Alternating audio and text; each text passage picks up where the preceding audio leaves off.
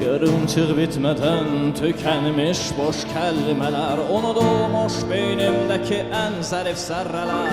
Yaşanmış, yaşanmadan bitseydi o zirvələr, sən yoxsan.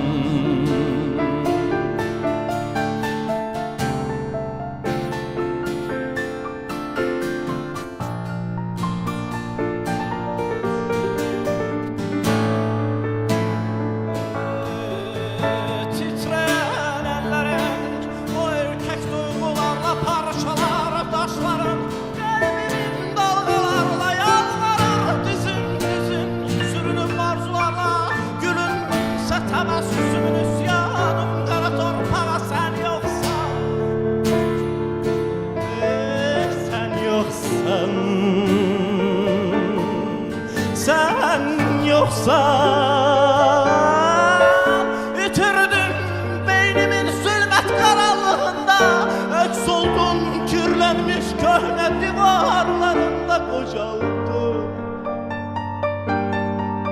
Serhoştun,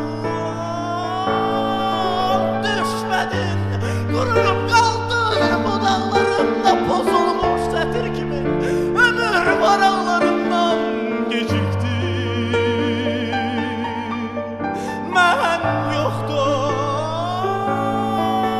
bitirdim beynimin zulmet karanlığında, eks oldun kirlenmiş köhne divarlarında kocaldım.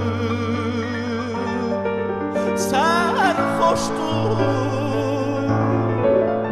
düşmedin, kuruyup kaldın bu dağlarımda, bozulmuş setir kimi ömür varaqlarından geciktin.